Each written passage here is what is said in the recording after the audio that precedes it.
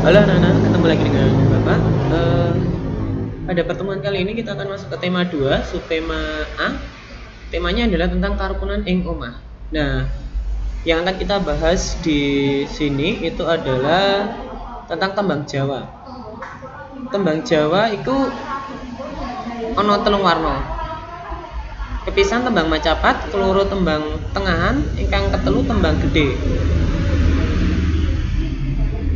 Tembang macapat kuwi apa to? Tembang macapat kuwi isine urut-urutane tembang macapat iku padha karo lelakoning manungsa saka mulai bayi abang nganti tumekaning pati. Jadi kalau dalam bahasa Indonesianya di dalam tembang macapat ini mengisahkan kehidupan seseorang dari sejak dia baru dikandung sampai dia nanti meninggal. Ya. Jadi ya ini menggambarkan kehidupan manusia. Nah, tembang macapat itu jumlahnya ada 11 dan urutannya nggak boleh dibolak-balik ya. 11 dari 11 tembang itu dia nggak boleh dibolak-balik, harus urut. Karena kenapa kok harus urut? Karena tadi itu dia menggambarkan kehidupan seseorang dari semenjak lahir hingga meninggal. Nggak mungkin toh meninggal dulu kemudian nanti lahir terusnya. Nah, makanya tembang macapat yang jumlahnya 11 itu dia harus urut penulisannya. Baik, mari kita bahas satu persatu. Yang pertama, tembang Mas Kumambang. Mas Kumambang itu apa? Mas Kumambang iku gambaraning jabang bayi sing isih ana ing kandutan ibune, sing durung kawruh lanang utawa wadon. Mas ategese durung weruh lanang utawa wadon. Kumambang tegese urip ngambang nyang kandhutane ibune. Watake lagu iki nelongso lan prihatin. Jadi Mas Kumambang itu dari dua kata ya. Mas itu ateges itu artinya durung weruh lanang utawa wadon. Jadi belum ketahuan bayinya itu laki-laki atau perempuan. Kumambang dari kata kumambang, kemambang ateges uripe ngambang. Ngambang itu berarti tidak, kalau dalam bahasanya kita itu tidak napak di tanah, jadi ngambang dia. Nah, tapi di sini kan dia mengambangnya di kadutan ibunya, di kandungan ibunya. Itu watak yang pertama, lagu yang pertama, Mas Kumambang, tembang yang pertama. Nah, wataknya apa? Wataknya nelongso prihatin. Wataknya lagu ya, bukan si jabang bayinya tadi ya, tapi wataknya lagu. Nanti ada lagu Mas Kumambang. Nah, itu wataknya lagu itu adalah nelongso sama prihatin. Tembang ingkang kaping kalih niku mijil. Mijil iku apa to? Mijil iku diteges wis lair lan jelas pria utawa wanita. Watake lagu iki ternyuh. Jadi kalau dalam bahasa Indonesia, anak itu sudah lahir ke dunia dan sudah tahu dia itu laki-laki atau perempuan. Nah, wataknya itu adalah ternyuh. Ingkang kaping telu sinom. Tegesnya apa to sinom itu? Ateges kanoman minangka kalodhangan sing paling wigati kanggone wong anom supaya bisa ngangsu kawruh saakeh-akehe. Watake lagu iki gembira, grapek lan seneng. Kalau dalam bahasa Indonesia intinya ketika mulai tumbuh dewasa, anak ini mulai belajar hal-hal yang baik sebanyak-banyaknya ya bisa dibilang seperti itulah. Wataknya itu adalah gembira, grapyak, seneng. Itu wataknya lagu ya. Kemudian ingkang kaping papat kinanti. Saka tembung kanthi utawa tuntun kang ateges dituntun supaya bisa mlaku ngambah panguripan ing alam donya. Watake lagu ini mesra asri. Jadi dalam artian dituntun sini bukan kayak bayi dituntun gitu ya, tapi oleh orang tuanya itu diajari jalan yang benar supaya ketika nanti dia dewasa, dia itu nanti bisa dalam hidupnya itu bisa berguna untuk sesama dan untuk orang lain seperti itu. Jadi dalam tembang yang kinanti ini anak itu dia dituntun supaya dia tidak masuk ke jalan yang buruk. Nah, sama kayak kalian misalnya orang tua kalian memperingatkan hati-hati jangan main sama misalnya sama anak itu, jangan main sama orang itu karena kurang baik. Nah, itu orang tua kalian itu berperan dalam di sini kinanti ini.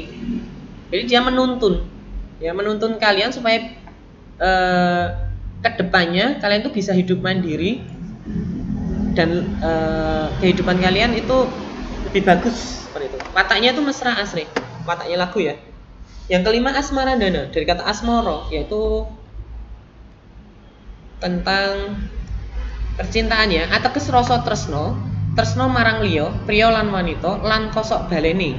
Kang kabeh mau wis dadi kodrat ilahi. Watake lagu iki sengsem sedih prihatin.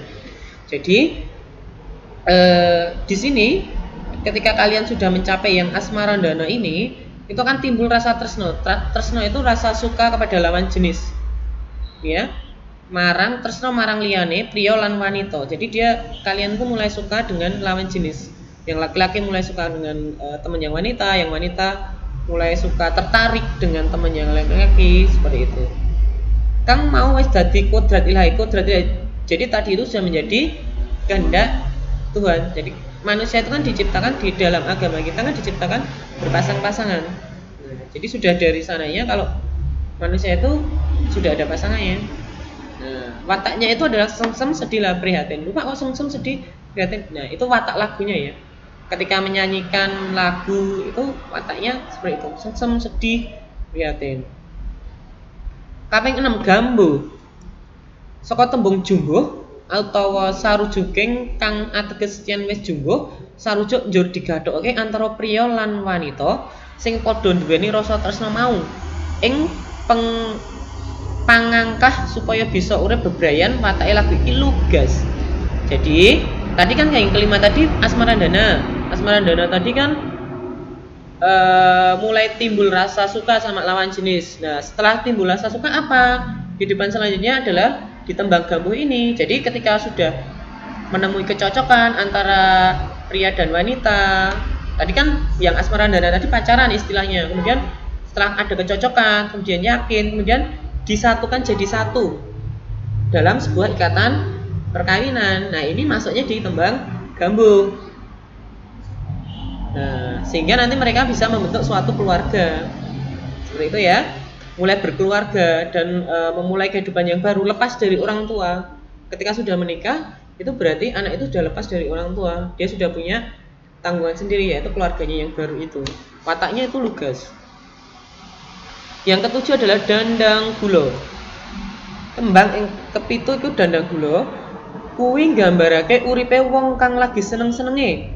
Apa kang digayuh bisa kasembadan, kelakon duwe sisihan utawa keluarga, duwe anak urip cukup kanggo sak keluarga. Mula kuwi wong kang lagi bungah utawa bombong atine. Bisa diarani lagu dandang gula. Watake lagu iki manis luwes. Jadi tadi kan yang keenam tadi gambuh ya. Gambuh, kemudian gambuh tadi menikah. Setelah menikah itu kalian mulai bekerja, mencari materi untuk menghidupi keluarga kalian, seperti itu. Nah sampai pada tahapan kalian itu sudah bisa mencapai cita-cita kalian. Apa yang kalian inginkan itu sudah terpenuhi. Ya, apa kang digayuh bisa kasembadan. Apa yang kalian suka, apa yang kalian inginkan itu bisa terwujud. Misalnya punya sisian atau keluarga, punya pasangan atau keluarga, dua anak yang sudah menikah mempunyai anak, urip cukup, hidup cukup. Kemudian kanggo sak keluarga, urip cukup kanggo sak keluarga. Jadi bisa menghidupi keluarga. Ya. Nah, jadi istilahnya apa yang kalian inginkan, apa yang kalian dambakan itu bisa kalian wujudkan. Nah, itu masuknya ke tembang dandang gula. Ya, wataknya itu manis dan luwes. Yang ke-8, durma. Durma iki saka tembung dharma atau weweh. Wong yen wis rumangsa kacukupan uripe, banjur tuwuh rasa welas asih marang kadang mitra liyane kang lagi nandhang kacitrakan. Mula banjur tuwuh rasa kepengin dharma. Weweh marang sapadha-padha kabeh mau disengkuyung uga saka piwulange agama lan watak sosial manungsa. Wataknya itu nafsu murka lan mutab. Kalau dalam bahasa Indonesianya ya, berasal dari tembung dharma atau weweh itu. Jadi ketika kalian sudah merasa berkecukupan, kebutuhan kalian itu sudah terpenuhi, kecukupan sudah berlebih lah istilahnya, sudah cukup lah. Nah, nanti di dalam hati kalian akan tumbuh rasa welas asih. Welas asih itu kalau dalam ya kayak kasih dengan sesama seperti itu ya. Ketika kalian menemui misalnya ada orang yang sedang kesusahan, hati kalian tergerak untuk membantu mereka. Ya, untuk membantu, entah itu membantu materi, entah itu membantu dengan hal yang lain. Nah, itu masuk ke durmo. Ya. Jadi setelah semua kecukupan, terus akan timbul rasa belas kasih dengan sesama. Kemudian ketika ada orang lain yang mengalami kesusahan seperti itu, kalian akan iba kemudian tak tolong, saya mau coba mentolong sebisa saya, semampu saya, seperti itu ya. Pertolongan bukan hanya dalam bentuk materi, uang, itu bukan hanya seperti itu, bisa hal yang lain yang bisa kalian lakukan. Itu yang tembang durmo. Ingkang kaping 9 itu tembang pangkur. Saka tembang mungkur kang ateges nyingkiri hawa nafsu angkara murka kang dipikir tansah kepingin weweh marang sapadha-padha. Watake lagu iki sreg greget lan tegas. Jadi di tembang pangkur ini ketika kalian sudah kecukupan, kalian itu diajak untuk menyingkiri, menghindari hawa nafsu angkara murka. Jadi seseorang biasanya yang sudah berkecukupan, kemudian biasanya dia lupa diri. Nah, itu makanya di tembang ini kalian diminta untuk ini nyingkiri hawa nafsu angkara murka. Jadi menghindari hawa nafsu. Hawa nafsunya itu misalnya ingin memiliki, misalnya sudah berkecukupan, wah aku masih kurang, aku pengen ini. Nah, seperti itu. Jadi tidak akan ada habisnya. Wataknya itu serak, greget sama tegas. Yang ke-10 megatro. Nah, tingkatan yang 10 itu tembang megatro. Saka tembang megat roh utawa pegat roe utawa nyawane awet wis titiwancine katimbalan marang sowan pring sing maha kuwasa. Watake lagu iki ngloro siah sedih karonto-ronto. Jadi suatu saat kita akan sampai kepada tahap ini. Entah kapan itu kita tidak tahu. Ini berasal dari tembang megat roh utawa rohnya keluar dari tubuh kita. Istilahnya kita meninggal dunia itu di nomor 10 ya. Jadi urutannya tadi kan dari lahir, kemudian dewasa, berkeluarga, kemudian kita akhirnya tua, semakin tua, kemudian nanti akhirnya sampai kepada tahapan megatro ini. Megatro itu megatro utawa bahasa mudanya kita meninggal dunia karena kita sudah waktunya Tuhan itu memanggil kita, ya. Jadi kita tidak bisa menolak kapanpun Tuhan memanggil kita, ya siapa yang tahu, kita tidak tahu ya. Jadi lebih perbanyak untuk berdoanya, berbuat baik supaya amal ibadah kita nanti bisa diterima oleh Sang Maha Kuasa. Itu ya. Wataknya itu ngeloros, sedih, keronto-ronto. Jadi ya karena di megatro kan ya memang sedih karena ada orang meninggal seperti itu. Nah, setelah megatro ini yang terakhir adalah namanya pucung. Pucung itu yen wis dadi layon utawa mayit banjur dibungkus mori putih utawa dipocong sadurunge dikubur. Pateke lagu iki gecul sembrono. Jadi tadi yang nomor 10 tadi kan meninggal. Setelah meninggal itu kan kalau di agama saudara kita di Muslim itu kan dia pakai dibungkus kain putih, dipocong seperti itu. Kalau kita kan beda, kita dimasukkan di peti, kemudian dikubur. Intinya sama. Di tempat kita kan juga petinya juga di kiri kanan juga dibungkus kain putih ya, mori ya. Jadi intinya sama. Jadi istilahnya kembali lagi ke tanah. Jadi kubur kembali lagi ke tanah. seperti itu yang pucung. Nah, tembang Macapat itu kaiket dening guru gotro, guru wilangan dan guru lagu. Coba perhatikan ya, gotro, guru wilangan, guru lagu. Jangan sampai kebalik. Guru gotro itu apa toh? Guru gotro itu cacahing gotro utawa larik saben sak podo atau sak tembang. Jadi bahasa Indonesia jumlahnya baris setiap satu tembang. Jadi ada berapa baris larik atau baris ya. Guru wilangan cacahing wondo utawa kecep suku kata saben sak gotro. Jadi dalam satu baris larik itu dia ada berapa suku kata. Misalnya Ani membeli buku. Ani membeli buku, ada 7 suku kata. Ya, itu cara mencari guru wilangan.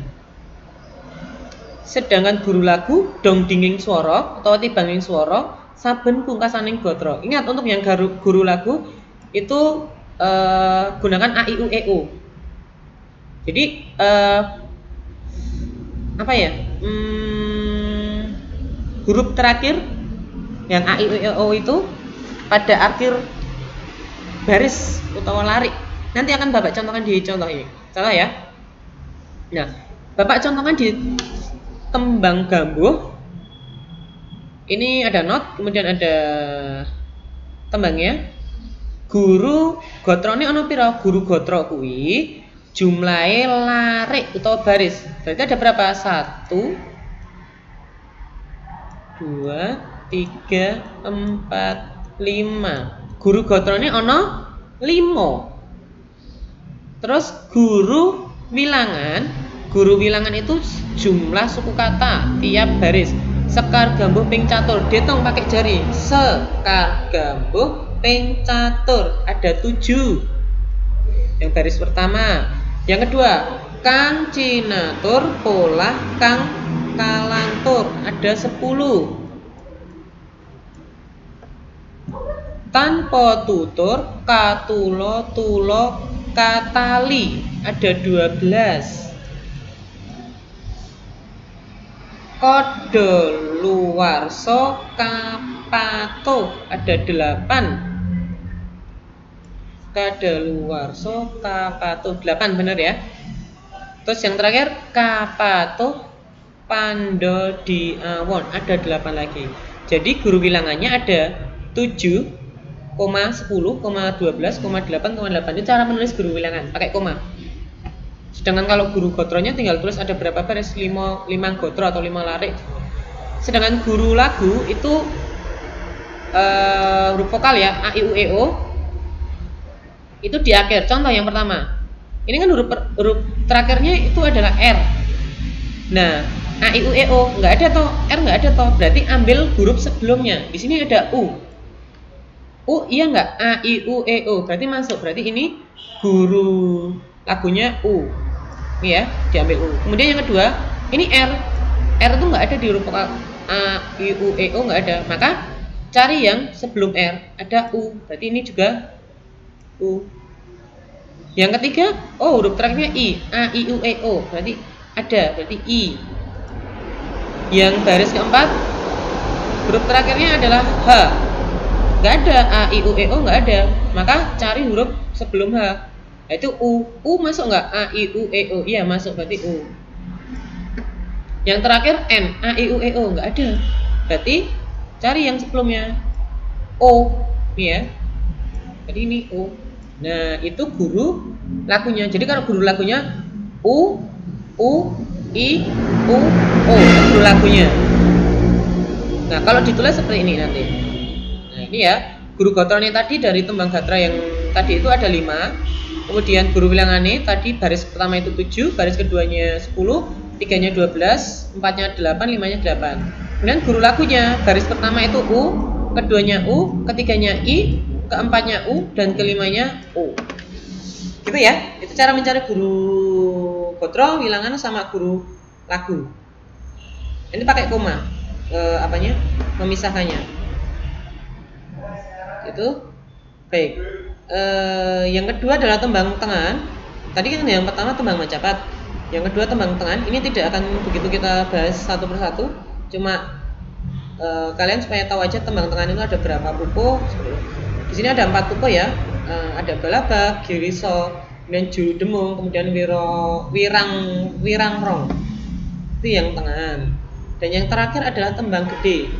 Tembang gede juga sama, masih ada 4 tokoh, yaitu Citra Mengeng, kemudian Kusumastuti, kemudian Minta Jiwa, dan yang terakhir adalah Pamularsi. Itu. Kemudian untuk tembang Jawa kita lebih fokusnya ke tembang Macapat. Nanti ada latihan-latihan di belakang, nanti ada latihan-latihan tentang tembang Macapat. Nah, mupangat yang nglestarake tembang Jawa yaiku mupangat itu apa tuh? Mupangat itu manfaat. Kenapa harus dilestarikan? Ada manfaatnya. Kaping 1, melu anyeng kuyung lan nguri-uri basa Jawa. Kaping 2, bisa kanggo gladi kepribadian kang sejati. Kaping 3, nglestarekake warisan budaya bangsa Indonesia. Kaping 4, ambangun jiwaning bangsa Indonesia. Itu ya, jadi manfaat untuk melestarikan tembang Jawa itu apa saja? Di sini ada 4. Yang pertama, nguri-uri melestarikan budaya Jawa, kemudian bisa untuk sebagai kepribadian seseorang, melestarikan warisan budaya Indonesia, karena itu merupakan salah satu budaya Indonesia juga. Yang keempat, membangun jiwaning bangsa Indonesia, membangun jiwaning bangsa Indonesia, cinta tanah air, cinta bangsa, seperti itu. Gitu ya anak-anak. Baik, presentasi Bapak cukup sekian. Nanti kalau misalnya ada pertanyaan bisa langsung jawab ya ke nomornya Bapak. Kemudian nanti kalau misalnya masih ada bingung bisa diputar ulang videonya atau bisa lihat di catatan, ada di sana semua. Boleh lihat internet kalau misalnya nanti kalian kesusahan. Itu saja presentasi dari Bapak. Terima kasih, selamat belajar. Tuhan Yesus memberkati. Sukses selalu untuk kita semua.